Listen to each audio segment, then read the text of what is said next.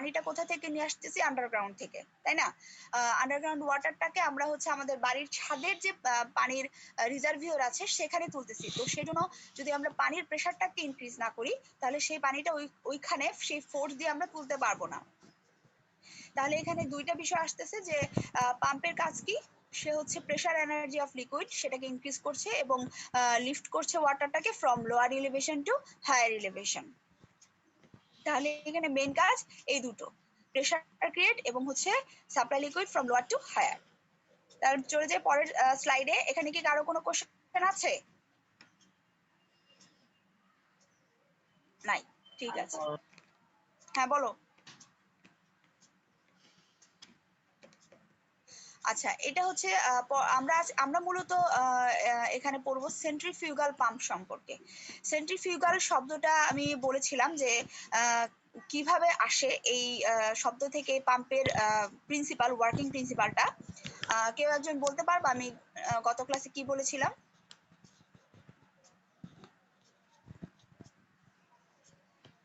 কেন্দ্র বহির্মুখী বল প্রয়োগ করে পানিটা ওঠানো।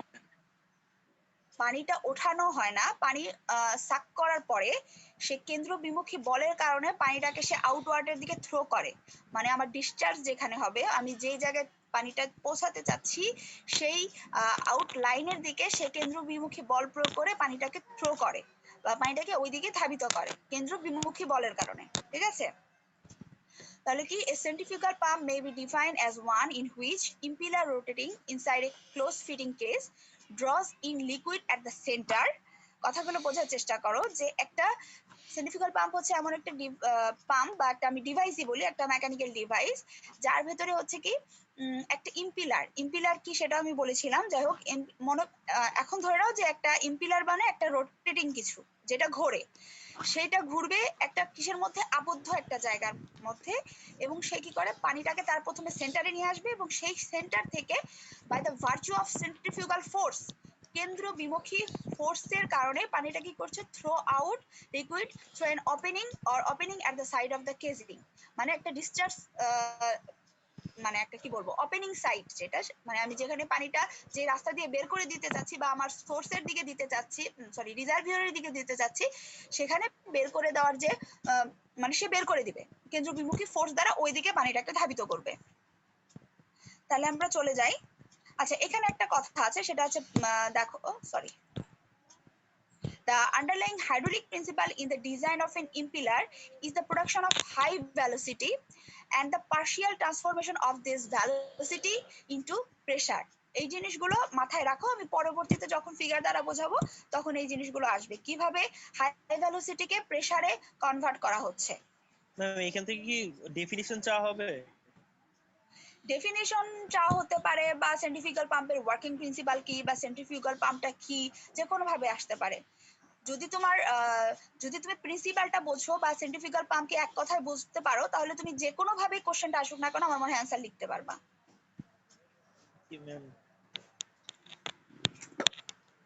সেন্ট্রিফিউগাল পাম্পের মূলত দুইটা বেসিক পার্ট বলা হয়ে থাকে, একটা হচ্ছে রোটারি এলিমেন্ট বা ইম্পিলার, আর একটা হচ্ছে স্টেশনারি এলিমেন্ট বা কেসিং বলা হয়।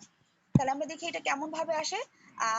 এইটার দরকার নাই, আমি যেটা বলবো এখানে দেখতে পাচ্ছ যে এটা হচ্ছে একটা সেন্ট্রিফিউগাল পাম্পের একটা স্কিমেটিক ফিগার দেখানো হচ্ছে, সরি স্কিমেটিক না, একটা ফিগার দেখানো হচ্ছে, ক্রস সেকশন। সেখানে হচ্ছে কি এই মাঝখানের অংশটাই হচ্ছে শাফটের সঙ্গে যুক্ত থাকে। এই শাফটটা আবার যুক্ত থাকে হচ্ছে কি এই গোল অংশটা দেখতে পাচ্ছ, কিন্তু এটাকে সাকশন আই বলছি, কিন্তু এইটাই একটা শাফটের সঙ্গে, লম্বা একটা শাফটের সঙ্গে যুক্ত থাকে। সেটা যুক্ত থাকে কার সঙ্গে? একটা ইলেকট্রিক মোটরের সঙ্গে। যখন আমরা ইলেকট্রিক লাইন দিচ্ছি তখন মোটরটা হচ্ছে ঘুরছে এবং এইটাকে ইম্পিলারটাকে ঘুরতে সহায়তা করতেছে। আসলে ইলেকট্রিক মোটরের কাজ কি? ইলেকট্রিক এনার্জিকে সে কি করে? মেকানিক্যাল এনার্জিতে কনভার্ট করছে। আর তারপর সেটাকে ইম্পিলার, এই রোটেটিং পার্টটা হচ্ছে কি? ইম্পিলার। তো এই রোটেটিং পার্টের ভিতরে কিছু এরকম তোমরা হুইলের মতো দেখতে পাচ্ছ, ব্লেডের মতো, এই ব্লেড গুলোকে বলা হয় ভেইন। আর এই যে কেসিংটা দেখতে পাচ্ছ, শামুকের মতো একটা কেসিং, আমি গত ক্লাসে বলেছিলাম এটাকে বলা হয় ভলিউট কেসিং। এটা একটা ক্লোজ ফিটিং কেস, এর ভেতরেই এই ইম্পিলারটা সাজানো থাকে, মানে সেট করা থাকে। আর এইটা হচ্ছে আমাদের ডিসচার্জ এন্ড, মানে এই দিক থেকেই পানিটা হচ্ছে কি হবে, থ্রো করবে। এবং এটা হচ্ছে আমাদের যে কালেকশন পাইপ বা আমরা যে রিজার্ভিয়রে পানি নিতে চাচ্ছি সেই রিজার্ভিয়রের সঙ্গে এই প্রান্তটা যুক্ত থাকবে। তাহলে আমরা যদি এই ভিডিওটা একটু দেখি তাহলে আমার মনে হয় তোমাদের কাছে আরো ক্লিয়ার হয়ে যাবে। সবাই একটু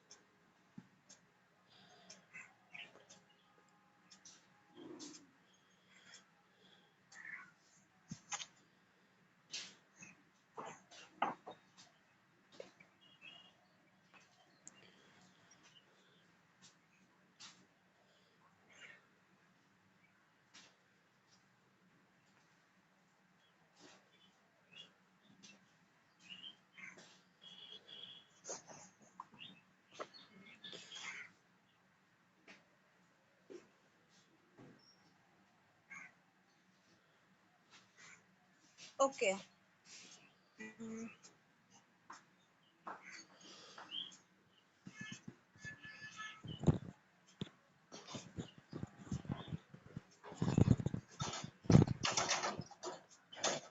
আচ্ছা, এখানে বেশ কিছু কথা বলা হয়েছে, এখানে আমি একটু বোঝাই। সেটা হচ্ছে যে এটার শেপ দেখে তোমরা বুঝতে পারছো যে এই আস্তে আস্তে এই পাশটাতে এরিয়া বৃদ্ধি পাচ্ছে। তো যখন সেন্ট্রিফিউগাল পাম্প যখন হচ্ছে আমাদের এখানে এরিয়া, আমরা জানি এরিয়ার সাথে ভেলোসিটির সম্পর্ক কি? বলো, এরিয়ার সঙ্গে ভেলোসিটির সম্পর্ক কি?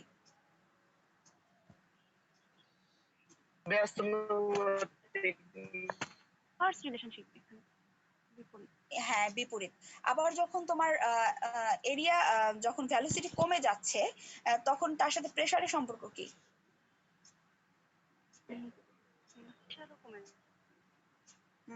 প্রেসারও কমে যাবে ম্যাডাম সমানুপাতিক। সমানুপাতিক।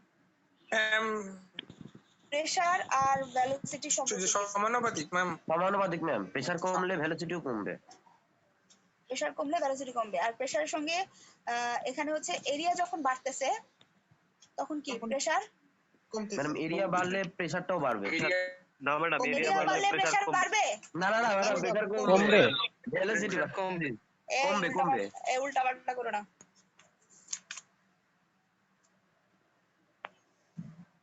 এই জিনিসগুলো সবসময় উল্টা পাল্টা হয়, উল্টা পাল্টা করো না। হ্যাঁ,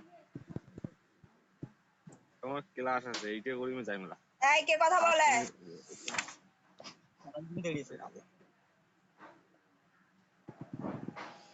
দাঁড়াও।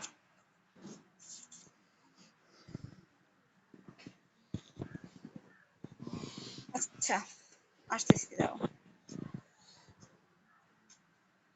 এখানে হচ্ছে যখন কি বলতেছি, রোটেটিং ইম্পিলারের কারণে যখন হচ্ছে আমার এই জায়গা থেকে কি বলতেছি, লিকুইডটাকে যখন আমরা এই লার্জ এরিয়ার দিকে ফ্লো করতেছি তখন এর মধ্যে কি হচ্ছে, ভ্যালোসিটিটা কমবে। ভ্যালোসিটি কমলে প্রেসার ইনক্রিজ হবে, তাই না?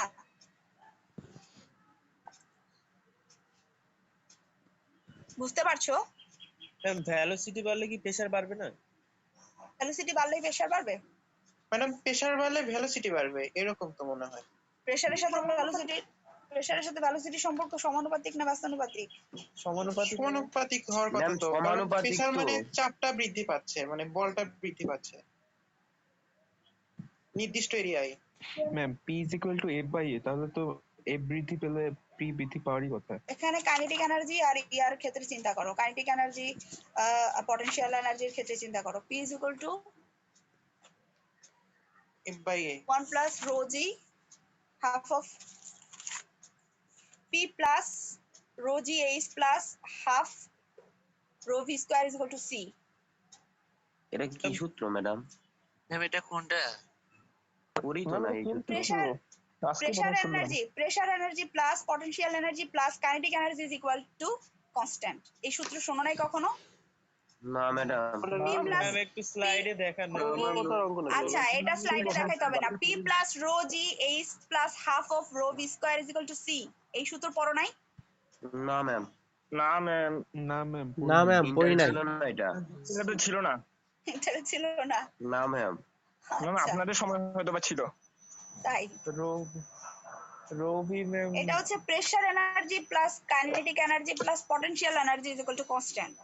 এখানে পটেনশিয়াল এনার্জি হচ্ছে rho G H R kinetic energy হচ্ছে half of rho V square. ঠিক আছে? জি ম্যাম। তো এই সূত্রটা থেকে এখানে আসছে, কারণ আমাদের মূলত কাজ কি? আমাদের মূলত কাজ হচ্ছে প্রেসার ইনক্রিজ করা ফ্লুইডের। ঠিক আছে? ম্যাম এখানে যে কারণ আমরা জানি যে ভেলোসিটি সম্পর্ক কি? সরি, ভেলোসিটির সঙ্গে এরিয়ার সম্পর্ক ব্যস্তানুপাতিক। ব্যস্তানুপাতিক। হ্যাঁ, ব্যস্তানুপাতিক। যদি ভেলোসিটি এই জায়গায় অবশ্যই যখন লার্জার এরিয়া এখানে বেশি, জি ম্যাম। তাহলে এখানে পানির উপর যে কাইনেটিক এনার্জি আছে বা পটেনশিয়াল এনার্জি আছে সেই প্রেসারটা এর কারণে প্রেসার ইনক্রিজ হবে। এটা এখান থেকে বের হতে পারবে না। ম্যাম বুঝিনি। ম্যাডাম বুঝিনি। ম্যাডাম কিছু বুঝতেছি না। তাহলে কিভাবে উপরে উঠবে? উপরে ওঠার জন্য তো প্রেসারটা আরো বাড়াতে হবে। ম্যাম এখানে কি ওই লিভারের নীতি এইসব কিছু অ্যাপ্লাই? এখানে লিভারের নীতি না। এই যে তুমি ভিডিওটা দেখলা সেখানে বলা হয়েছে যখন সাকশন হচ্ছে, হ্যাঁ, যখন সাকশন আইতে মানে সাকশন আইতে পানিটা কেবল আসলো, তখন তার ভিতরে যখন ইম্পিলারটা ঘোরা শুরু করলো তখন কি নেগেটিভ প্রেসার বা ভ্যাকুয়াম তৈরি হয়েছে। যখন এই ভ্যাকুয়াম তৈরি হয়েছে তখনই কি হবে? পানিটা ভেতরে আসবে, তাই না? ভ্যাকুয়াম না হলে তো ভেতরে কিছু আসতো না। তখনই পানিটা ভেতরে আসলো এবং ইম্পিলারটা ঘোরা শুরু হলো, তখন কি তার প্রেসার এনার্জি আস্তে আস্তে ইনক্রিজ হতে শুরু করলো, তাই না? জি ম্যাম। যখন প্রেসার এনার্জি ইনক্রিজ হতে শুরু করলো এবং ফ্লুইডটা হচ্ছে আস্তে আস্তে কি ডিসচার্জ এরিয়া মানে আরো স্প্রেড এরিয়ার দিকে যেতে শুরু করলো, তার মানে তার এরিয়া বাড়তেছে, একটা লার্জ ওপেনিং এর দিকে যাচ্ছে, তখন তার ভেলোসিটি ডিক্রিজ হচ্ছে এবং প্রেসার এনার্জি ইনক্রিজ হচ্ছে। এখানে প্রেসার এনার্জি হিসেবে আসবে, like potential and kinetic energy develop করবে। যদি পটেনশিয়াল আর কাইনেটিক এনার্জি ডেভেলপ না করে তাহলে প্রেসার মানে তুমি ফ্লুইডটাকে ফোর্স দিয়ে ডিসচার্জ এন্ডের দিকে নিয়ে যেতে পারবা না। ম্যাম কিন্তু একটা যে বুঝতে যে প্রেসার যদি বেশি হয় তাহলে ফ্লো আর ভেলোসিটি বেশি হবে না ম্যাম? ম্যাডাম জিনিসটা বুঝতে পারছি। ম্যাম এখানে পটেনশিয়াল এনার্জিটা কোথা থেকে আসছে? মানে পানি তো আমি নিচ থেকে উঠতেছে। পটেনশিয়াল এনার্জি এখানে আসছে না, এখানে গ্র্যাভিটেশনাল ফোর্স কাজ করতেছে, এখানে পানির ঘনত্ব কাজ করতেছে, তাহলে এখানে পটেনশিয়াল এনার্জি আসবে না কেন? একটা নির্দিষ্ট হাইট, একটা নির্দিষ্ট হেড কাজ করতেছে যে কতটুকু তোমার এলিভেশন থেকে পানিটা উঠতেছে। বুঝছি ম্যাম। ম্যাম এই ফোর্স কম হওয়ার কারণ মানে ভেলোসিটি কম হওয়ার কারণটা আরেকবার একটু বলবেন? যে প্রেসার বাড়তেছে বাট ভেলোসিটি কেন কম হচ্ছে? ভেলোসিটি কম হচ্ছে কারণ এরিয়া বেড়ে যাচ্ছে। তো ম্যাম প্রেসার এখানে তো এরিয়া বেড়ে যাচ্ছে, তাই না? এরিয়া যদি বেড়ে যায় তাহলে তোমার ভেলোসিটি কি হবে? কমে যাবে। ভেলোসিটি কমবে। সহজ থিওরি। জি ম্যাম। হ্যাঁ, আচ্ছা, আমি এই ভিডিওটা তোমাদেরকে আমার মনে হয় তোমরা সার্চ দিলেই যে working principal of centrifugal pump, এই ভিডিওটা সবাই দেখতে পাবা, এটা আছে ইন্টারনেটে অ্যাভেলেবল। ম্যাম হ্যাঁ বলো। আরেকটা কোশ্চেন ছিল যে পি ইকুয়ালস টু এ করলে তো তাহলে প্রেসারও কমার কথা না ma'am. P is equal to F by A. P is equal to F by A এখানে ফোর্সের সঙ্গে রিলেটেড হচ্ছে। আমরা এখানে প্রেসারের নিয়ে প্রেসার এবং ওই আচ্ছা ওই ওই আচ্ছা সূত্র ওই সূত্র এখানে খাটবে না, ওই সূত্র এখানে আসবে না, এইখানে ঠিক আছে? ও আচ্ছা ঠিক আছে। ম্যাম তার মানে এখানে কাইনেটিক এনার্জি পটেনশিয়াল এনার্জি দুইটা সম্মিলন করে আমরা সূত্রটা করছি এই তো। হ্যাঁ এখানে উচ্চতা, গ্র্যাভিটেশনাল ফোর্স সবই কাজ করতেছে। আচ্ছা ঠিক আছে ম্যাম, তাহলে ওই সূত্রে যাব না। না ওই সূত্রে যাবা না। Okay thank you. আর এখানে তোমরা আমরা যদিও হচ্ছে ম্যাথ গুলো সেন্ট্রিফিউগাল পাম্পের ওই সাথে দেই না, সাধারণত আমরা মানে ইনপুট এনার্জি বা output energy, brake horse power, এই ধরনের ম্যাথ গুলোই সাধারণত দিয়ে থাকি। সেটা নিয়ে টেনশন করার কিছু না, এটা তোমাদের জানার জন্য। তোমরা যদি এটা আরো ডিটেল জানতে পারো তাহলে আরো ভালো নিজেদের জন্য, কারণ ভবিষ্যতে কাজে লাগবে। কোর্সের মধ্যে সেটুকু কভার করে না, ঠিক আছে?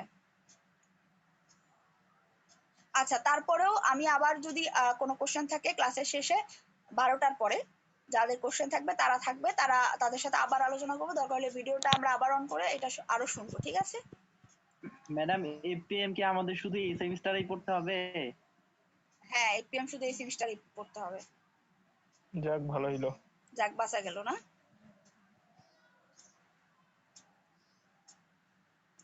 আচ্ছা সেন্ট্রিফিউগাল পাম্পের অপারেশন অলরেডি বলা হয়ে গেছে তাই না? কিভাবে অপারেশন হচ্ছে?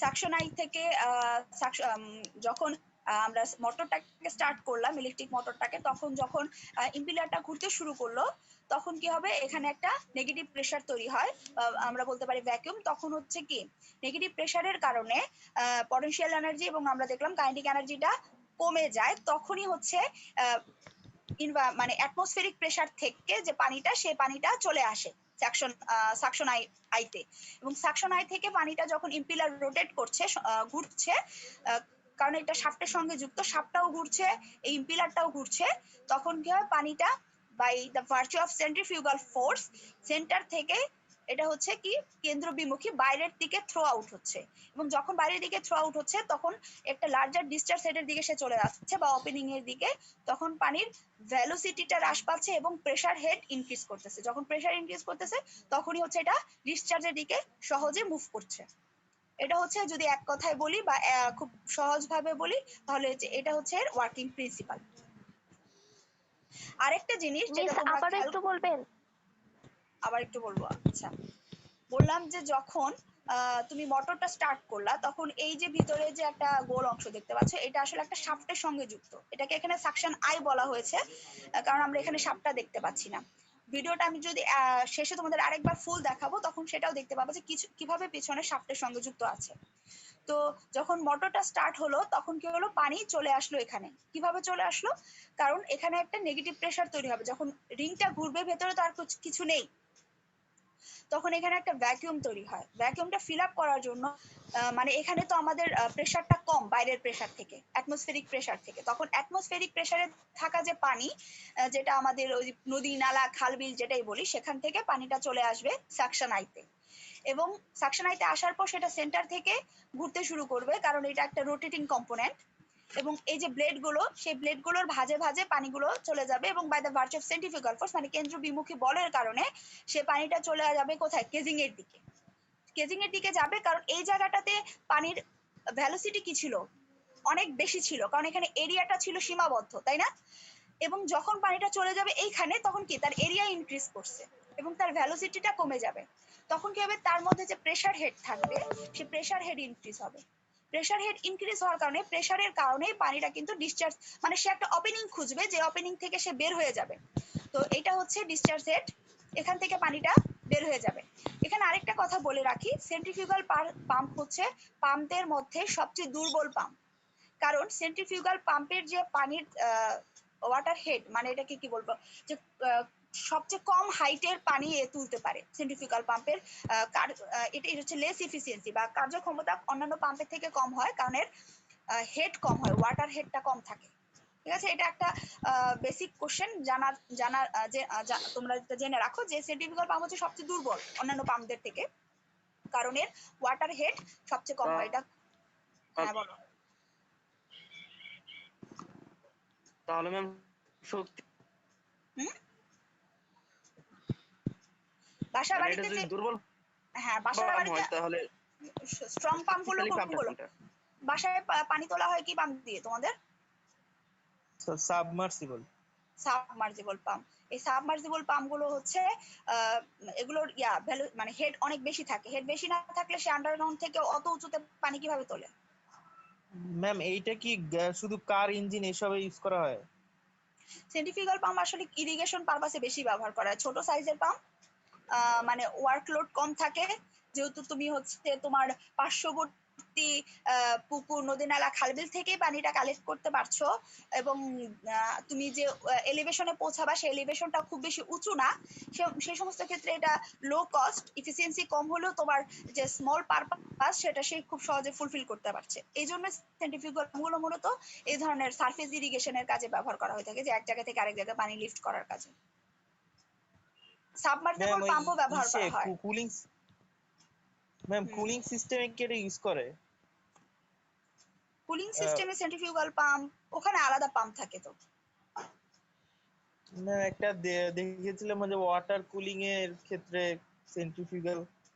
ওয়াটার কুলিং এর ক্ষেত্রেও কিছু কিছু অংশ ছোট সাইজের পাম্প কোনো ইঞ্জিনে থাকে। হ্যাঁ, আরেকটা ব্যাপার আছে এখানে সেন্ট্রিফিউগাল পাম্পের, যেটা তোমরা যখন ভিডিওটা দেখেছো প্রাইমিং শব্দটা শুনেছো নিশ্চয়ই। জি ম্যাম। তো এই কোশ্চেনটা এখন পর্যন্ত কেউ করলা না যে ম্যাডাম ওখানে প্রাইমিং একটা কথা আসছে, প্রাইমিংটা কি? ম্যাম একটা কোশ্চেন ছিল। হ্যাঁ বলো। সেন্ট্রিফিউগাল পাম্পের মানে গড় এফিসিয়েন্সি কত, মানে কিরকম দক্ষতা? গড় এফিসিয়েন্সি সার্চ দাও তো দেখি কত। জি বললাম সার্চ দাও নেট আর কি। ম্যাম ওই আপনার কোশ্চেনটা একটু বলেন ম্যাম। কোনটা ম্যাম? ওই যেটা আমরা মিস করছি। প্রাইমিংটা বলেন ম্যাম। প্রাইমিং, হ্যাঁ প্রাইমিং বলবো, দাঁড়াও।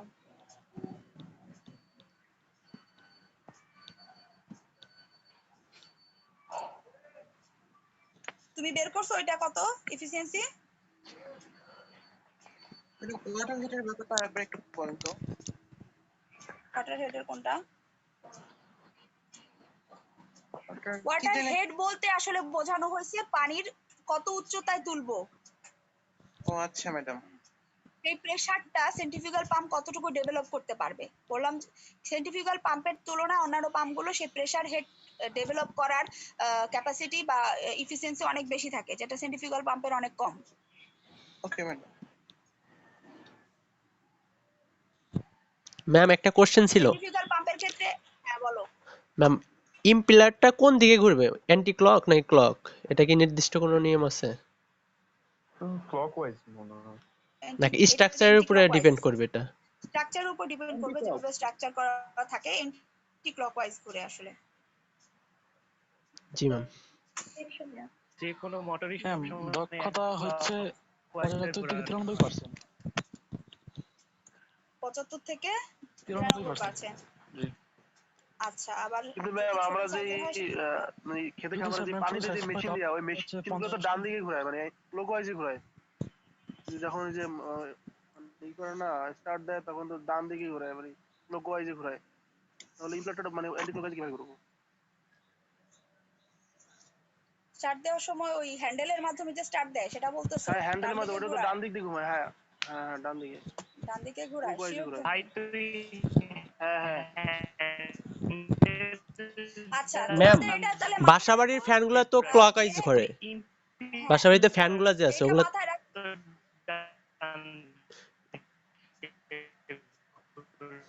ওখানে রিভার্স ফাংশন থাকে। এটা আসলে ডিপেন্ড করবে তার মেকানিজমের উপর, তৈরির উপর। এটা আসলে আমি যদি বলে দিই যে অ্যান্টি ক্লকওয়াইজ, সেটা অ্যান্টি ক্লকওয়াইজ নাও হতে পারে। ঠিক আছে, মিউট করো। হ্যাঁ প্রাইমিং আমি বলবো, সেটা আমার মাথায় আছে, এখন বলবো না, সেটা যখন সময় আসবে তখন আমি প্রাইমিং সম্পর্কে বলবো। বাসা বাড়িতে ফ্যান অ্যান্টি ক্লকওয়াইজ ঘোরে, উপরে ফ্যানের দিকে থাকে। হ্যাঁ, এখন এটা হচ্ছে মেকানিজমের উপর ডিপেন্ড করতে পারে, সেটা কোম্পানি কোন মেকানিজমে তৈরি করেছে, ক্লকওয়াইজ না এন্টি ক্লকওয়াইজ, সেটার উপর নির্ভর করবে। এখন আমি যদি বলে দিলাম এন্টি ক্লকওয়াইজ ঘুরে, তুমি গিয়ে দেখলা যে না ম্যাডামের সঙ্গে কথা মিললো না, তাহলে তো আমি মুশকিলে পড়ে যাবো। এখন হইতে পারে যদি তোমার শাফটের সেটিংটা হয় ক্লকওয়াইজ, তাহলে সে ক্লকওয়াইজ ঘুরবে, যদি সেটা এন্টি ক্লকওয়াইজ হয় তাহলে এন্টি ক্লকওয়াইজ ঘুরবে। নিশ্চয়ই সেটার একটা কি বলে ম্যানুয়াল থাকবে। ম্যাডাম 2 রকমের ফ্যানই আছে, 2 রকমের ফ্যান নিয়ে আছে বাসা অ্যান্টি বাড়িতে, ক্লক কোন ক্লক দিকে দুটাই ঘুরে? আছে। জি ম্যাডাম, এই যে হ্যাভেলস এর টেবিল ফ্যানগুলো আছে। ফ্যানগুলো ডান দিকে ঘুরে, মানে আমি ইন্ডিয়ান একটা ফ্যান আছে হ্যাভেলস, ওইটা আপনার ক্লকওয়াইজে ঘুরে, 2 রকমেরই আর বানায় যায়। সিলিং ফ্যানগুলো হলো অ্যান্টি ক্লকওয়াইজে ঘুরে। তাই ম্যাম এটা পরে গুগলে সার্চ দেখলে হবে ম্যাম, চলে যাবে একটা উপরে একটা নিচে। এখন হচ্ছে ক্লকওয়াইজ এন্টি ক্লকওয়াইজ চলে গেল। আচ্ছা, সেন্ট্রিফিউগাল পাম্প কয় ধরনের সেটা দেখি আমরা। সেন্ট্রিফিউগাল পাম্প আছে 2 ধরনের, এটা হচ্ছে ভলিউট এবং ম্যাম এটার আগে স্লাইডে একটু যাবেন? বলো, দেখো আমি দিয়ে দিব আজকে তোমাদেরকে স্লাইডগুলো।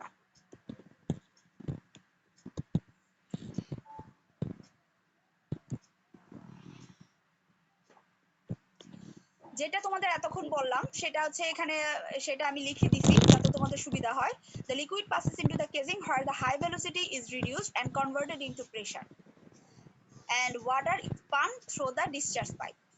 ঠিক আছে, যেটা বললাম যে ভেলোসিটি কমে যাবে এবং প্রেসার হেড ডেভেলপ করবে। সেন্ট্রিফিউগাল পাম্প, সেন্ট্রিফিউগাল পাম্প 2 ধরনের হতে পারে, ভলিউট এবং ডিফিউজার। তো এটা হচ্ছে ভলিউট টাইপের পাম্প। ভলিউট টাইপের পাম্প যেটা হচ্ছে শামুকের মতো কেসিং হয়, এইটার ইফিসিয়েন্সি মূলত ডিফিউজার টাইপ পাম্পের ইফিসিয়েন্সি থেকে একটু বেশি হয়। আচ্ছা, তাহলে আমরা দেখতে হবে যে ডিফিউজার টাইপ পাম্পটা কেমন।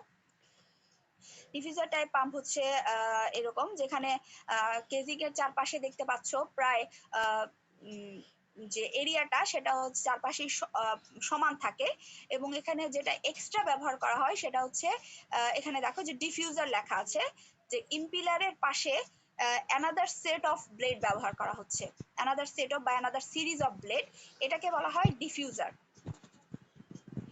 এই ডিফিউজার এখানে আমার যতটুকু আমি জেনেছি যে এই ডিফিউজার ব্যবহার করার কাজ হচ্ছে এর ইফিসিয়েন্সিটাকে,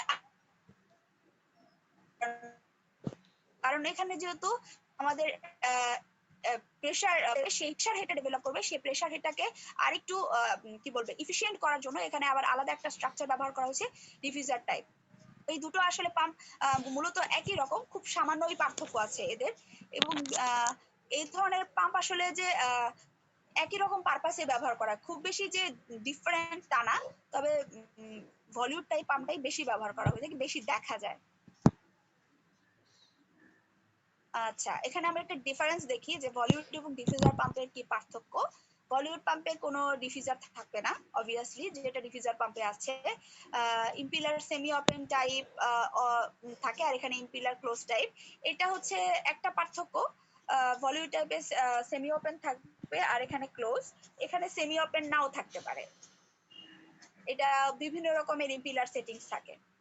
এটা হচ্ছে যখন তুমি দুটো থেকে কম্পেয়ার করবা তখন এরকম আসতে পারে, বা একটা যে ইন জেনারেল বলা হয়েছে, এখন বর্তমানে সব ধরনের ইম্পিলারই আছে। Structure is comparatively simple, structure is comparatively complex, যেটা ডিফিউজারের কারণে, কারণ আমরা দেখলাম another set of diffuser use করা হয়েছে। ইফিসিয়েন্সি ইজ লো, আমি একটু উল্টো পাল্টা বলেছি, ইফিসিয়েন্সি এখানে লো, এখানে বলা হয়েছে ইফিসিয়েন্সি হাই। ঠিক আছে, আমার ভুল হয়েছে, একটু সরি, কারণ এখানে হচ্ছে যেহেতু একটা আলাদা সেট অফ ইম্পিলার ডিফিউজার ব্যবহার করা হয়, এখানে প্রেসার হেডটা আরো বেশি হয়। অপারেশন প্রিন্সিপাল ইজ সিম্পল, এখানে অপারেশন প্রিন্সিপাল বলা হয়েছে comparatively complex. Sorry, discharge pressure is low, discharge pressure is high, যেটা আমি ভুল বলেছিলাম। আউটপুট ইজ লো, এখানে output is high, cost is low, cost is high. ঠিক আছে, যেহেতু এখানে স্ট্রাকচারটাও একটু অন্যরকম এবং অ্যানাদার সেট অফ ডিফিউজার ব্যবহার করা হয়, সেক্ষেত্রে এটার থেকে ডিফিউজার টাইপের কি বলে ইফিসিয়েন্সিটা বেশি পাওয়া যায়। ইম্পিলার সেমি ওপেন আর ক্লোজ, এটা কি বোঝাচ্ছে? এটা দেখাবো, ভিডিওটা যখন আমি দেখাবো তখনই বুঝবা ইম্পিলার কিভাবে সেমি ওপেন কিভাবে ক্লোজ থাকে। আচ্ছা, এখন চলে আসি পাম্প প্রাইমিং এ। তোমরা কখনো লক্ষ্য করেছো কিনা যে টিউবওয়েলে যখন তোমরা শীতের সময় স্পেশালি পানি তুলতে যাও, তখন যাদের আগে টিউবওয়েল ছিল, এখন তো নাই, তারপরও এটা একটা উদাহরণ আমরা দেখে আসছি, পানি উঠে না। তখন কি হয়, বাড়ি থেকে 1 জগ পানি বা 2 জগ পানি এসে ঢালার পরে কিন্তু আবার তখন পাম্প করলে বা চাপলে পানি উঠে আসে। দেখেছো এরকম? জি ম্যাম। হ্যাঁ ম্যাম দেখছি। আচ্ছা, তারপরে হচ্ছে এই ধরো পাম্প। আচ্ছা, এখন ধরো সেন্ট্রিফিউগাল পাম্প, এরকমও দেখছো কিনা যে পাম্প চালু করার আগে ওখানে একটা ওপেনিং আছে, সেখানে পানি দেওয়া হয়েছে আগে, তারপর পাম্প চালু করা হচ্ছে, এটা দেখছো কিনা? হ্যাঁ, এইটার কারণ হচ্ছে প্রাইমিং কেন করতে হবে। সেন্ট্রিফিউগাল পাম্প টাইপেই প্রাইমিং আসলে বেশি করা হয়, কারণ সাবমার্সিবল পাম্পগুলো পানির মধ্যেই থাকে, ওজন্য হচ্ছে ওগুলোতে প্রাইমিং করার প্রয়োজন পড়ে না, ওগুলো সেলফ প্রাইমড হয়। আর প্রাইমিংটা কি, অনেক সময় কি হয়, যখন তোমার সেন্ট্রিফিউগাল পাম্পটা তুমি স্টার্ট দিবা, যখন তুমি স্টার্ট দিলা তখন কি হবে, ওটা তো ওপেন এয়ারে ছিল, মানে অ্যাটমসফেরিক প্রেসার ছিল, এবং ওই প্রেসার এবং অ্যাটমসফেরিক প্রেসারের কারণে কি হয়, ভেতরে একটা এয়ার থাকে, মানে এয়ার বক্স তৈরি হয় বা এয়ার পকেট তৈরি হয়। সেই এয়ার পকেটটা থাকার কারণে যখন তুমি স্টার্ট দিচ্ছ, তখন কি হবে, এয়ার পানি উঠাতে দিবে না, সেখানে একটা ব্যারিয়ার তৈরি করবে, ব্লকেজ তৈরি করবে। এতে কি অনেক সময় ইম্পিলার ভেঙে যেতে পারে, কারণ মোটর তো চলতেছে, শাফট ঘোরার চেষ্টা করতেছে, কিন্তু ওখানে বাতাস ঢুকে সেটা একটা পুরো আবদ্ধ করে রাখছে, বা সেটা কি বলবো, এয়ার লক তৈরি করে রাখছে, সেই লকটা ভাঙা সম্ভব হয় না। এজন্য পানি দেওয়া হয়, পানি দিলে কি হবে, ভেতর থেকে পুরো বাতাসটা বের হয়ে যায় পানির দ্বারা। এরপর যখন তুমি পাম্পটা অন করতেছো বা মোটর স্টার্ট দিচ্ছ, শাফট ঘুরছে, তখন তোমার পাম্পটা জেনারেলি চালু হয়ে যাচ্ছে। তো এই যে পানি দিয়ে যখন তুমি চালু করতেছো, এটাকে বলা হয় প্রাইমিং, মানে ভেতর থেকে এয়ারটা বের করে দেওয়া। এখানে বলা হয়েছে কি, ইট is the process of removing air from the pump and suction line. Suction লাইনটা বুঝতে পারছো তো, মানে যেই সোর্স থেকে পানিটা আসছে সেটাকে বলা হয় সাকশন লাইন। আরেকটা হচ্ছে ডেলিভারি লাইন, মানে ডিসচার্জ থেকে বা ওপেনিং থেকে, যেই ওপেনিং এর দিকে পানিটা ফ্লো করলো, এটাকে বলা হবে ডেলিভারি লাইন, আর এটা হচ্ছে সাকশন লাইন। হ্যাঁ, কোথায় ছিলাম? তো এটাই বলা হয়েছে যে সাকশন লাইন থেকে রিমুভিং এয়ারটাকে বের করে দেওয়ার পদ্ধতিকে বলা হয় পাম্প প্রাইমিং। এখন কিছু কিছু ইঞ্জিন যেগুলো কিছু কিছু পাম্প যেগুলো অনেক হাই কোয়ালিটি বা হাই এফিশিয়েন্ট, সেই পাম্পগুলোতে আলাদা করে আরেকটা ডিভাইস বসানো থাকে বা পাম্প বসানো থাকে, সেগুলোকে বলা হয় অ্যাডিশনাল প্রাইমিং পাম্প। ঠিক আছে, অ্যাডিশনাল প্রাইমিং পাম্পের কাজ কি, অ্যাডিশনাল প্রাইমিং পাম্পের সঙ্গে একটা ব্লেড লাগানো থাকে ইম্পিলারের মতো। ওই পাম্পটাকে আগে স্টার্ট করতে হয়। ওই পাম্পটা যখন স্টার্ট হচ্ছে, তখন ভেতর থেকে সমস্ত বাতাস সে টেনে নিচ্ছে, টেনে নিয়েও সেখানে একটা ভ্যাকুয়াম ক্রিয়েট করে। এরপর যখন পানি চলে আসে সেই ভ্যাকুয়ামটাকে ফিল আপ করার জন্য, তখন হচ্ছে ইঞ্জিনটা মানে পাম্পটা অটো চালু হয়ে যায়, এবং ওই পানির ফোর্সের কারণে আবার তখন অটো হচ্ছে কি ওই প্রাইমিং পাম্পটা বন্ধ হয়ে যায়। বুঝাইতে পারছি? ম্যাম এইটা কি সাবমার্সিবল থাকে? না, সাবমার্সিবল গুলো হচ্ছে সেলফ প্রাইমড হয়, ওগুলোতে প্রাইমিং করে নেওয়ার প্রয়োজন পড়ে না। না ম্যাম, এক্সট্রা যে মেশিনটা লাগে না, ওটা কি অলওয়েজ পানির ভিতর থাকে? এটা না, এক্সট্রা মেশিন অনেক সময় কোনো পাম্প যদি উপরে সেট করার প্রয়োজন হয়, এক্ষেত্রে ওরকম ভালো এফিসিয়েন্সি পাওয়ার জন্য ওই পাম্পগুলো সেট করা থাকে। সাবমার্সিবল পাম্পের ক্ষেত্রে আমার মনে হয় প্রয়োজন হবে না, তাই এমনি ওগুলাকে সেলফ প্রাইমিং পাম্প বা সেলফ প্রাইম, মূলত যে পাম্পগুলো সেলফ প্রাইম বা পজিটিভ ডিসপ্লেসমেন্ট, সেগুলোতে প্রয়োজন হয় না। এখন জিজ্ঞেস করতে পারো পজিটিভ ডিসপ্লেসমেন্ট পাম্প কি? না, মানে তোমার এলিভেশন থেকে গ্র্যাভিটেশনাল ফোর্সের বিপরীতে যখন তুমি পানি তুলবা, সেই ক্ষেত্রে সেটা নেগেটিভ ডিসপ্লেসমেন্ট হবে। যখন তুমি পানিটা হচ্ছে তোমার নিচে কোথাও সাপ্লাই দিবা, সেক্ষেত্রে সেটা গ্র্যাভিটেশনাল ফোর্সে বাই ফোর্সে অটো যাচ্ছে, সেটা হচ্ছে পজিটিভ ডিসপ্লেসমেন্ট পাম্প। এই ধরনের পাম্পের ক্ষেত্রেও প্রাইমিং এর কোনো প্রয়োজন পড়ে না। ফলে প্রাইমিং কি বোঝাইতে পারছি, যে একটা পাম্পে চালু করার পূর্বে ভেতরে যে বাতাসটা থাকে সেই বাতাসটা বের করে দেওয়ার জন্য অ্যাডিশনাল ওয়াটার অ্যাড করা হতে পারে, অথবা আরেকটা পাম্পের মাধ্যমে ভ্যাকুয়াম তৈরি করে সে বাতাসটা বের করা, সেটার প্রসেসটাকে বলা হয় প্রাইমিং। প্রাইমিং কেন দরকার? প্রাইমিং যদি না করা হয় তাহলে কি হবে, ভিতরে এয়ার পকেট বা এয়ার লক তৈরি হয়, সেটা হচ্ছে তোমার মেশিনটাকে বা ডিভাইসটার ক্ষতি করবে। অনেক সময় ইম্পিলার ভেঙে যেতে পারে, কারণ ওটা ফোর্স রোটেট হওয়ার চেষ্টা করবে, এক্ষেত্রে ইম্পিলার ভেঙে যেতে পারে এবং কোনো পানি আসবে না, কারণ সে অলরেডি একটা লক কন্ডিশনে আছে। আমরা এখানে একটু দেখতে পাচ্ছি যে এটা স্টার্ট আপ কন্ডিশনের শুরুর দিকে। তো প্রাইমিং করার জন্য একটা সাকশন লাইনের উপরে হচ্ছে একটা লাইন করা থাকতে পারে, এটা জাস্ট শো, বিভিন্ন অন্যান্য জায়গাতেও থাকতে পারে। তো এটা পানি দিয়ে পূর্ণ করে দেওয়ার পরে এটা পাম্প যখন চালু করা হয় তখন এটা কি পজিটিভলি ফাংশন হচ্ছে। হোয়াই প্রাইমিং রিকোয়ার্ড এটা বলা হয়ে গেছে, সেন্ট্রিফিউগাল পাম্প প্রাইমিং। এই জিনিসগুলো, এই স্লাইডগুলো আমি শুধুমাত্র অ্যাড করেছি তোমাদের বোঝার জন্য, তোমাদের পড়ার জন্য।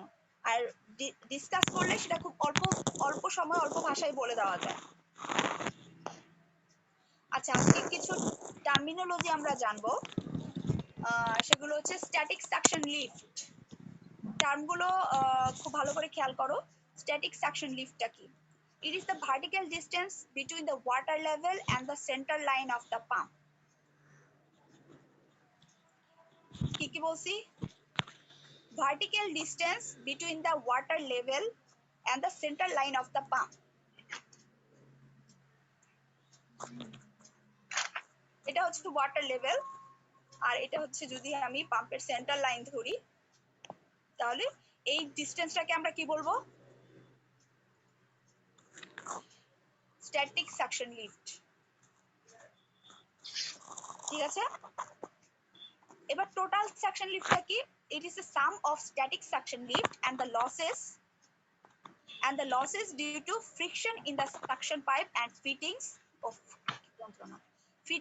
including the entrance losses at the inlet to the suction pipe.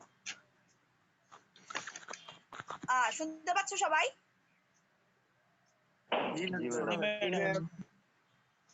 হ্যাঁ, টোটাল সাকশন লিফটটা আসলে কি? টোটাল সাকশন লিফটটা হচ্ছে স্ট্যাটিক সাকশন লিফট প্লাস আর কি আছে, losses due to friction in the suction pipe and fittings.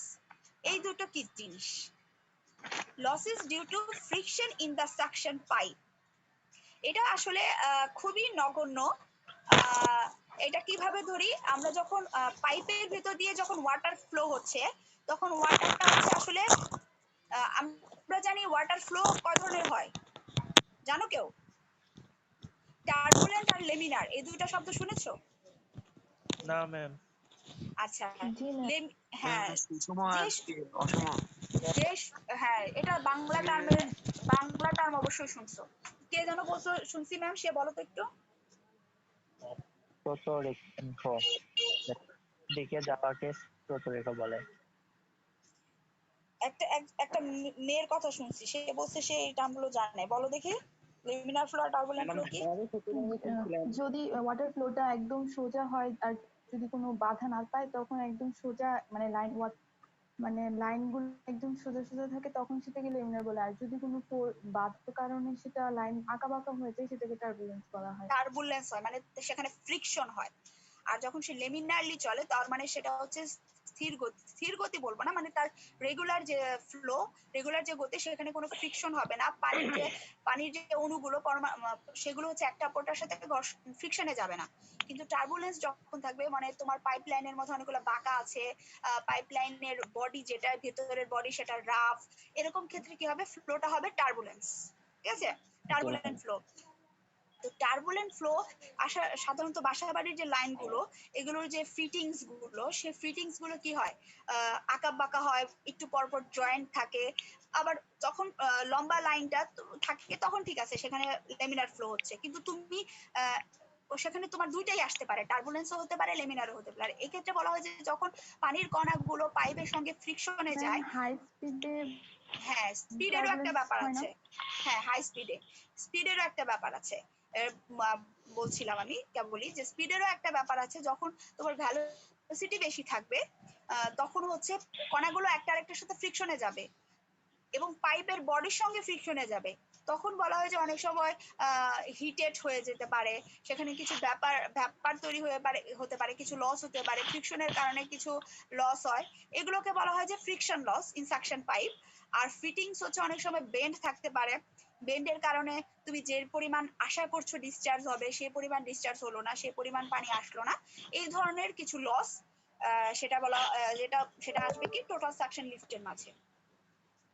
এবার চলে যাই স্ট্যাটিক ডেলিভারি হেড। তাহলে স্ট্যাটিক সাকশন লিফট যেমন ঠিক তেমনই হচ্ছে স্ট্যাটিক ডেলিভারি হেড। সেটা কি? ইট is the vertical distance between the centre line of pump and the point of free discharge. তাহলে এটা কি? এটা হচ্ছে centre line of the pump থেকে ফ্রি ডিসচার্জ পয়েন্ট যেটা আমার, সেই পর্যন্ত যে ডিস্টেন্সটা সেটাকে বলা হচ্ছে স্ট্যাটিক ডেলিভারি হেড। হ্যাঁ, স্ট্যাটিক ডেলিভারি হেড। তাহলে স্ট্যাটিক ডেলিভারি হেড হলে টোটাল ডেলিভারি হেডটা কি, বা শুধু এটা টোটাল ডেলিভারি হেডও বলতে পারো, কোনো ম্যাথে ডেলিভারি হেড হিসেবেও আসতে পারে, কারণ যেটা স্ট্যাটিক সেটা স্ট্যাটিকই লেখা থাকবে, আর যেটা ডেলিভারি হেড সেটা টোটাল হিসেবেও হতে পারে বা normal delivery head. It is the sum of static delivery head and the friction losses in the delivery pipe. ঠিক একই রকম সাকশন পাইপের ক্ষেত্রেও ঠিক যেমন ডেলিভারি পাইপের ক্ষেত্রেও সেরকম কিছু লস হতে পারে। ম্যাম এগুলার একক আছে কি কোনো? হেডের একক কি হয়? এগুলা তো মিটার হওয়ার কথা, কিন্তু যখন ফ্রিকশনের কথা বলছেন। হ্যাঁ, প্রেসার হেডের ক্ষেত্রে এগুলো হচ্ছে তোমার এনার্জি প্রেসার হেড হিসেবে আসবে। আচ্ছা, তারপরে দেখি ইট is the pressure required to create the velocity of flow in the pipe. সেটা হচ্ছে, এটাকে বলা হয় ভেলোসিটি হেড, যে প্রেসারের কারণে ভেলোসিটিটা ডেভেলপ করছে। একটা গুড কোশ্চেন করেছো যে এটা কিভাবে আসে। এখানে আসলে প্রেসার হেড হিসেবে আসবে। প্রেসারের যে একক, সেই একক পার ইউনিট কত মিটার উঠলো বা কত সেন্টিমিটার আমি উঠাইলাম সেই প্রেসারে, এভাবে আসবে এই এককগুলো। তারপরে হচ্ছে ইট is the pressure required to create the velocity of the flow in the pipe. যে প্রেসারের কারণে হেড ডেভেলপ হচ্ছে সেটা কত, ভেলোসিটি ডেভেলপ হচ্ছে সেটাকে বলা হয় ভেলোসিটি হেড। এবং টোটাল হেডটাকে it is the sum of total suction lift, delivery head and velocity head. এটা তো দেখাইলাম। আচ্ছা, এবার আমরা কিছু হর্স পাওয়ার সম্পর্কে জানবো। আচ্ছা, এখন বলো তো দেখি, তোমরা নিশ্চয়ই হর্স পাওয়ার পড়ে আসছো। হর্স পাওয়ারটা কি আসলে? ম্যাম একটা শক্তির একক। শক্তির একক, সেটাকে যদি আমরা প্রকাশ করি, ম্যাম 746 ওয়াট। 746 ওয়াট। এক ঘন্টায় ম্যাম যতক্ষণ কাজ করতে 746 ওয়াট। মোটা মানে 746 ওয়াট সমান 1100 ক্ষমতা। 1100 ক্ষমতা। সেটা হচ্ছে আসলে আমরা যদি সংজ্ঞায়িত করতে চাই তাহলে আসবে যে এটা হচ্ছে একটা amount of power that is equivalent to lift a weight of 75 kg to 1 meter in 1 second। এভাবে আসতে পারে। অথবা যেটা বললা, যদি আমরা এখন এইটাকে কনভার্ট করি 75 কেজি পার মিটার সেকেন্ডে, তাহলে সেটা কত? 746 কত হয়? ওয়াট। 746 ওয়াট হয়। এটাকে যদি যদি তুমি আমি সংজ্ঞা জিজ্ঞেস করি তাহলে হচ্ছে amount of power that is equivalent to lift a weight of 75 KG to 1 metre per 1 second, এভাবে আসবে।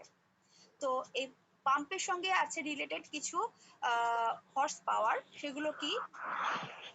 ওয়াটার হর্স পাওয়ার কি? Water horse power is theoretical power required for pumping. আমরা শুরুতেই একটা পাম্প যখন কিনতে যাই তখন দোকানদার বলে দেবে যে এটার ওয়াটার হর্স পাওয়ার হচ্ছে এত। এটা হচ্ছে থিওরিটিক্যালি যখন পাম্পটা তৈরি করা হয়েছে, টেস্ট করে এর ইফিসিয়েন্সি যখন ল্যাবে টেস্ট করা হয়েছে, তখন তারা থিওরিটিক্যালি এই পাওয়ারটা ধরে দেয় যে এই পাম্পের ক্ষেত্রে এই পাওয়ারটা হচ্ছে এত। আমরা সেই পাওয়ার ধরেই কিন্তু বাজার থেকে পাম্পটা কিনে নিয়ে আসি, থিওরিটিক্যাল পাওয়ার। আচ্ছা, তাহলে এটা হচ্ছে ওয়াটার হর্স পাওয়ার। আমরা নির্ণয় করার জন্য বেশ কিছু ইউনিট, এখানে ইউনিট কনভার্সন সহ দেওয়া আছে। এটা তোমাদের ম্যাথ করার সময় কাজে লাগবে, কারণ যেভাবে যে ইউনিটে দেওয়া আসবে সেগুলোকে কনভার্ট করতে হইতে পারে। তো এইটা তোমাদেরকে জানতে হবে। তাহলে আমরা কি দেখতে পাচ্ছি? Discharge into total head by 76 or 0.7 0.076 or 8.8 এটা আসবে আসলে ইউনিটের উপর ডিপেন্ড করে। তাহলে ওয়াটার হর্স পাওয়ার কি পেলাম? হ্যাঁ বলো। প্রথমটাতে এল দ্বারা শুধু কি দৈর্ঘ্য বোঝাচ্ছে, পরের দুটাতে তো একটাতে মিটারের উপর কিউব আছে, একটা ফিটের উপর কিউব। ওয়েট ডিসচার্জ কখনো কি দৈর্ঘ্য হয়? না ম্যাম, লিটার পার সেকেন্ড, মানে metre per second. Litre per second, হ্যাঁ। ডিসচার্জ কখনো দৈর্ঘ্য হবে না, এটা অবশ্যই ঘন মানে এটাকে বলবো কি লেন্থ না, মানে একটা ইউনিট হবে না, সেখানে কিন্তু কিউব, ঠিক আছে, যে কোনো কিছুর কিউব। হ্যাঁ ম্যাথ করলে কোন সূত্র দিয়ে? কি বললা? সরি বুঝতে পারিনি। আমি বললাম যে ম্যাথ করার সময় কোন সূত্রটা অ্যাপ্লাই করব? সেটা ম্যাথ আসলেই ম্যাথের ইউনিটগুলো দেখলেই বুঝতে পারবা কোন সূত্র অ্যাপ্লাই করতে হবে। Okay ma'am. এরপরে দেখো শাফট হর্স পাওয়ার। আমরা যখন পড়াচ্ছিলাম তখন বলতেছিলাম বারবার যে একটা শাফট থাকে, তাই না? যে শাফটটা ঘোরে মোটরের দ্বারা, তারপরেই হচ্ছে শাফটের সঙ্গে ইম্পিলার যুক্ত থাকে বলে ইম্পিলারটা ঘোরে। তাহলে এখানে কি বলা হয়েছে যে শাফটেরও একটা পাওয়ার দরকার নিশ্চয়ই, যে শাফটটা কত পাওয়ার নিয়ে কত ফোর্সে ঘুরতেছে সেটার একটা পাওয়ার রিকোয়ারমেন্ট আছে। তাহলে শাফটের হর্স পাওয়ার কিভাবে নির্ণয় করব? ওয়াটার হর্স পাওয়ার বাই পাম্পের ইফিসিয়েন্সি। পাম্পের ইফিসিয়েন্সি আমরা জানতে পারি, বলে দেওয়া থাকতে পারে, বা পাম্পের ইফিসিয়েন্সি আমরা একটা থ্রেশহোল্ড ভ্যালু থাকবে, বা আমরা জানি গড় এভারেজ এই পাম্পের যে পাম্প আমরা ব্যবহার করব সেই পাম্পের একটা এফিসিয়েন্সি আমরা জানি। সেখান থেকে আমরা শাফটের হর্স পাওয়ার বের করতে পারবো। Brake horse power. Brake horse পাওয়ারটা আসলে কি দেখো, ব্রেক হর্স পাওয়ার হচ্ছে actual horse power that is supplied by the engine or electric motor for driving a pump. Water horse পাওয়ারটা কি ছিল? থিওরিটিক্যাল। কিন্তু থিওরিটিক্যাল হওয়ার পরও কি যেটা থিওরিটিক্যাল দেওয়া থাকে সেটা আমরা বিভিন্ন কারণে নাও পেতে পারি। নতুন ইঞ্জিন হলে সেটা আরো কম হবে। যা থিওরিটিক্যাল থাকবে প্রথম যে জিনিসটাই তুমি ইউজ করো না কেন সেখান থেকে কিন্তু এফিসিয়েন্সি পাবা কম। একটা নতুন গাড়ি বলো, একটা নতুন বাইক বলো, বা একটা নতুন ডিভাইস বলো, প্রথম দিকে সেই এফিসিয়েন্সি কম দেবে, কারণ তার যে পার্টস গুলো থাকে সেই পার্টস গুলো রান হতে একটা নির্দিষ্ট সময় নেয়। যখন এই নির্দিষ্ট সময়টা পার হয়ে যায় তখন তার পার্টস গুলো ফ্রিলি রান করে, তখন তার এফিসিয়েন্সিটা বেড়ে যায়। তো এরকম ব্রেক হর্স পাওয়ারটা কি, যেটা অ্যাকচুয়ালি আমরা পাচ্ছি যখন আমরা জিনিসটা ইউজ করতেছি, তখন সেটাকে আমরা অ্যাকচুয়ালি যে পাওয়ারটা পাচ্ছি সেটাই হচ্ছে ব্রেক হর্স পাওয়ার। তা ব্রেক হর্স পাওয়ার এর ক্ষেত্রে একটা কথা এখানে লেখা আছে, for direct driven pumps the brake horse power is equal to shaft horse power. যদি সেটা ডাইরেক্ট চালানো হয় কোনো মোটর, আমরা হচ্ছে বললাম যে একজন বললাম যে আমরা যখন হ্যান্ডেল দিয়ে পাম্প চালু করতেছি তখন আমরা কি সে ডাইরেক্ট পাম্পটাকে চালু করতেছি, তাই না? কোনো মোটরের হেল্প নেইনি, তার মানে এখানে কোনো ড্রাইভেন কোনো পাম্প নাই, বা বুঝতে পারছো? বা শাফটের সঙ্গে শাফটটাকে ঘোরাচ্ছি আমরা কি করে, ওই হ্যান্ডেল দ্বারা আমরা শাফটকে ঘোরাচ্ছি, ফলে ইম্পিলার ঘুরছে, সেক্ষেত্রে সেটা কি হবে? Shaft driven. যদি আমরা কোনো পাম্প দ্বারা সেই আরেকটা কোনো অ্যাডিশনাল পাম্প দ্বারা যদি সেই শাফটটাকে ঘোরাই তাহলে সেটা হচ্ছে পাম্প ড্রাইভেন, ঠিক আছে? এখন বলছে ডাইরেক্ট ড্রাইভেন পাম্পের ক্ষেত্রে brake horse power is equal to the shaft horse power, ঠিক আছে, একই হবে। And in case of belt driven pump, এখন আমরা যে আরেকটা পাম্প ব্যবহার করতেছি সেটা থেকে একটা বেল্টের সঙ্গে শাফটটাকে যুক্ত করে তারপর সেই শাফটটা ঘোরানো হচ্ছে আলাদা আরেকটা পাম্প থেকে বেল্টের মাধ্যমে, তাহলে তখন কি হবে? ওইটার পাওয়ারও আমাকে কাউন্ট করতে হবে, আরেকটা পাম্পের যে বেল্টের মাধ্যমে পাওয়ারটা আসছে সেটাও কাউন্ট করতে হবে। এরকম যদি হয় ম্যাথের মধ্যে তোমাদেরকে কিন্তু স্পষ্ট উল্লেখ করে দেওয়া থাকবে যে সেটা ডাইরেক্ট আসতেছে না আরেকটা বেল্ট থেকে পাওয়ার আসতেছে, এটা নিয়ে টেনশন করার কোনো কারণ নাই। তাহলে আমরা ব্রেক হর্স পাওয়ার কিভাবে পাবো? মহুয়া আক্তার কিছু বলবা?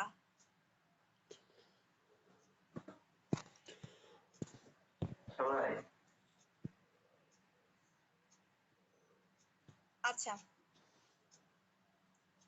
তাহলে ব্রেক হর্স পাওয়ার হচ্ছে water horse power by pump efficiency into drive horse power, ঠিক আছে? তাহলে আমরা দেখি, কিন্তু যখন এটা হচ্ছে বলছি যখন আমরা অন্য কিছু দিয়ে অন্য কোনো পাম্প দিয়ে সেটাকে ড্রাইভ করতেছি তখন এই সূত্রটা প্রযোজ্য হবে, কিন্তু যখন ডাইরেক্ট হবে তখন আমরা ডাইরেক্ট লিখতে পারি BHP = HSP। এখন দেখি ইনপুট হর্স পাওয়ারটা কি। The input horse power is express, তাহলে ইনপুট হর্স পাওয়ারটা আমরা ডাইরেক্ট পাচ্ছি, যেটা একটা রেশিও বা এটাই হচ্ছে আমরা থিওরিটিক্যাল কতটুকু ইনপুট এনার্জি সেখানে দিলাম সেটা কিভাবে বের করতে পারি, যে water horse power by pump efficiency into drive horse power into motor or engine efficiency, এটা থেকে আমরা ডাইরেক্টলি ইনপুট হর্স পাওয়ারটা বের করতে পারবো। ম্যাম হ্যাঁ বলো। বিকে কি বাংলায় কার্যকর শক্তি বলা যেতে পারে? কোনটাকে? বিএইচপি কে ব্রেক হর্স পাওয়ার কে? ব্রেক হর্স পাওয়ার তো আসলে হ্যাঁ মূলত এটাই হচ্ছে কার্যশক্তি, কারণ এটাই হচ্ছে আমার কি মেইন যেটা আমি দিচ্ছি সেটাই। তোমার বাংলার কোনো এখানে কাজ নাই, নিজের বোঝার জন্য ইউজ করতে পারো। ওকে ম্যাম ড্রাইভ হর্স পাওয়ারটা কি? ড্রাইভ হর্স পাওয়ার হচ্ছে যখন তুমি বললাম যে আরেকটা অ্যাডিশনাল একটা মোটর বা একটা পাম্প ব্যবহার করা হয়েছে, সেখানে বেল্টের মাধ্যমে তুমি শাফটটাকে ঘোরাচ্ছ, তোমার ওই আরেকটা মোটর, সেই মোটরটাকে তুমি বা আরেকটা পাম্প আছে তোমার সেন্ট্রিফিউগাল পাম্পের সাথে আরেকটা পাম্প আছে, ঠিক আছে, তখন তুমি কি করলা ওই আরেকটা পাম্প থেকে বেল্টের দ্বারা ওই পাম্পের শাফটের সঙ্গে একটা বেল্ট লাগাইছো, সেই বেল্টের মাথা হচ্ছে গিয়ে তোমার সেন্ট্রিফিউগাল পাম্পের যে শাফট ওটার সাথে আছে। তার মানে কি তুমি যখন ওই পাম্প একটা এডিশনাল পাম্প যেটা নিছো সেটাকে যখন তুমি স্টার্ট করতেছো, সে বেল্ট থেকে পাওয়ার গিয়ে তোমার সেন্ট্রিফিউগাল পাম্পের শাফটকে ঘোরাচ্ছে, এটাই হচ্ছে ড্রাইভ। তুমি আরেকটা ড্রাইভ ইউজ করছো সেটাকে চালানোর জন্য। ওই পাম্পের ওই ড্রাইভ পাম্পের যে পাওয়ারটা বা হর্স পাওয়ারটা সেটাই হচ্ছে ড্রাইভ হর্স পাওয়ার। Okay ma'am. সেটা পাম্পও হতে পারে বা মোটরও হতে পারে, মোটর থেকেও তুমি বেল্টের সাহায্যে তোমার সেন্ট্রিফিউগাল পাম্পে নিতে পারো। আচ্ছা এখন দেখো আমরা একটা প্রবলেম সলিউশন করি, সেটা হচ্ছে এ পাম্প, এখানে চলে আসি, এখানে একবার পড়ি। দ্য পাম্প লিফট কত 10,000 litres of water per hour, এখানে ডিসচার্জ কত তাহলে? 10,000 লিটারস পার আওয়ার। হ্যাঁ, লিটার পার সেকেন্ড বের করতে হবে। এগেইনস্টে টোটাল হেড অফ 20 মিটার, তাহলে এখানে আছে আমার টোটাল হেডটা কত 20 মিটার। হ্যাঁ টোটাল হেড 20 মিটার দেওয়া আছে। Compute the water horse power, এখানে বানানটা ভুল আছে,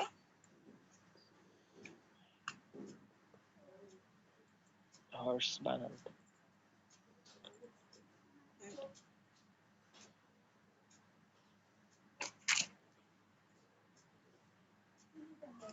আচ্ছা এখানে কি বলা হয়েছে compute the water horse power, তাহলে এখান থেকে তোমরা ওয়াটার হর্স পাওয়ার সহজে বের করতে পারবা সূত্র থেকে। আচ্ছা if the pump has N efficiency of 75%, পাম্পের ইফিসিয়েন্সি দেওয়া আছে 75%, তাহলে what is the size of prime mover is use? Prime mover বলতে এখানে আসলে শাফট হর্স পাওয়ার, শাফটটা কি একটা প্রাইম মুভার হিসেবে কাজ করে। প্রাইম মুভার কি, যে তার নিজের শক্তিতে আরেকজনকে ঘুরতে সহায়তা করে, আরেকজনকে অপারেট করে, সেটাকে বলা হয় প্রাইম মুভার। তাহলে এখানে শাফট তো প্রাইম মুভার, কারণ শাফট যখন ঘুরতেছে তখন ইম্পিলার ঘুরছে এবং সেখানে পানির সার্কুলেট হচ্ছে, প্রেসার জেনারেট হচ্ছে। তাহলে এখানে প্রাইম মুভার বলতে বোঝানো হয়েছে শাফটের হর্স পাওয়ার কত। যেহেতু তুমি ওয়াটার হর্স পাওয়ার বের করে ফেলছো এবং পাম্পের ইফিসিয়েন্সিও তোমার জানা আছে, তুমি সহজেই শাফট হর্স পাওয়ার বের করতে পারবা। তারপর বলা হচ্ছে এটা হচ্ছে direct drive N electric motor with an efficiency of 80%, তাহলে 80% হচ্ছে মোটরের ইফিসিয়েন্সি এবং বলা হচ্ছে direct drive N. Direct drive N হলে আমরা ব্রেক হর্স পাওয়ার কত, শাফট হর্স পাওয়ার যা ব্রেক হর্স পাওয়ারও তাই। এরপরে হচ্ছে কিছু আমাদের কিছু কস্ট বের করতে হবে, সেটা পরে যাচ্ছি। আচ্ছা এখানে কি কি দেওয়া আছে দেখে নাও, total head, pump efficiency, motor efficiency, water horse power বের করতে হবে, size of the prime mover or input horsepower, তারপরে বলা হচ্ছে সরি এখানে হচ্ছে শাফট হর্স পাওয়ার হবে, কস্ট অফ ইলেকট্রিক এনার্জি কত। আমি ভুল করতেছি,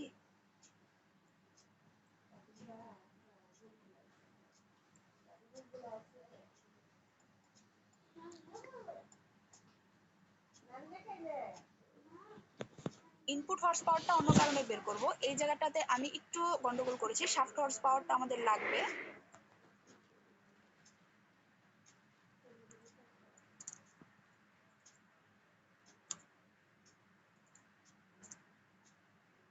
ইনপুট হর্স পাওয়ারটা আমরা আমাদের কাজে অন্য একটা কাজে ব্যবহার করব। হ্যাঁ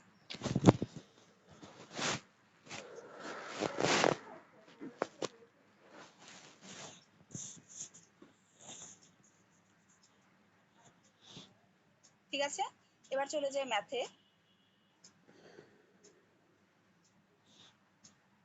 ওয়াটার হর্স পাওয়ারটা আমি ডাইরেক্ট এখানে দেখিয়েছি, তোমরা কিভাবে বের করবে বলো, কোন সূত্রটা ইউজ করবা? Ma'am litre per second.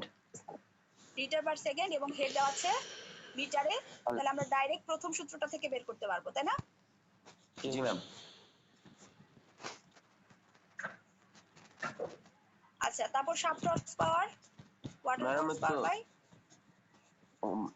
Water horse power আছে আর হলো এফিসিয়েন্সিটা দেওয়া আছে, পাম্প এফিসিয়েন্সি, ওটা দিয়ে ভাগ দিলেই হয়ে যাবে। হ্যাঁ, এখন যদি আমি বলি বিএইচপি কত? বিএইচপি ম্যাডাম যেহেতু যদি ডাইরেক্ট ড্রাইভেন যেহেতু বলা আছে তাহলে সেম হবে এসএইচপি আর বিএইচপি। সেম। আর ইনপুট হর্স পাওয়ারের জন্য যা যা দরকার ওইগুলো ম্যাডাম সবগুলো দেওয়া আছে। আচ্ছা, তাহলে আমরা পাওয়ার কত পাইলাম এখানে দেখো, 1.22 হর্স পাওয়ার। এখন আমি যখন আমরা কস্ট ক্যালকুলেশন করি বা আমাদের যে বিদ্যুতের বিলগুলো আসে, কখনো খেয়াল করেছো সেটার ইউনিট কিভাবে আসে? হ্যাঁ, কিলোওয়াট আওয়ারে। এই জন্য আমি ইউনিটটাকে কনভার্ট করে কিলোওয়াটে নিয়ে আসছি, ঠিক আছে? তুমি যদি এই পর্যন্ত রেখে এই ম্যাথটার সলিউশন অ্যানসার লেখো সেটাও তোমার হবে, কিন্তু যেহেতু আমার পরবর্তীতে এখানে বলা হচ্ছে কস্টের কথা, cost of electricity is 2.54 টাকা per unit এবং pump is operated 12 hours daily for 30 days, মানে 30 দিন 12 ঘন্টা করে চালানো হয়, ঠিক আছে? সেই জন্য আমার এখানে আমি ইউনিটটা কনভার্সন করে নিয়েছি। ম্যাম ইনপুট হর্স পাওয়ারের ক্ষেত্রে water horse power divided by NP গুণন ইটাপি গুণন ইটাপি দুইবার লিখছেন, তো দুইটাই কি সেম মান হলে তো একটা মোটরের এফিসিয়েন্সি, একটা পাম্পের এফিসিয়েন্সি, একটা মোটর এফিসিয়েন্সি, দুইটাকে এক ইয়া দ্বারা প্রকাশ করলে হবে, সংকেত দ্বারা। কেন আমি কি একই লিখছি? ম্যাডাম একই লিখছেন, একই লিখছেন। এটা পি দুটাতেই ম্যাডাম একটা এটা পি ডট দিয়ে দেন। মোটরেরটা কত ছিল? 0.8%। হ্যাঁ, তাহলে ঠিক আছে। এখন ঠিক আছে? জি ম্যাম।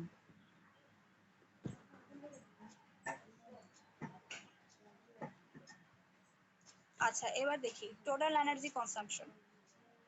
টোটাল এনার্জি কনসাম্পশনটা কিভাবে বের করেছি দেখো, কত ওয়াট এবং হচ্ছে মাসে কত দিন, তাহলে টোটাল এনার্জি কনজাম্পশন হচ্ছে কত, খুব সহজেই বের করে ফেলা যাবে। জি ম্যাম। এবং সেখান থেকে হ্যাঁ, আর total cost of electric energy যেহেতু পার ইউনিটের জন্য দেওয়া আছে কত 2.54, তাহলে আমি 2.54 কে যদি এই আমার টোটাল এনার্জি কনজাম্পশন দিয়ে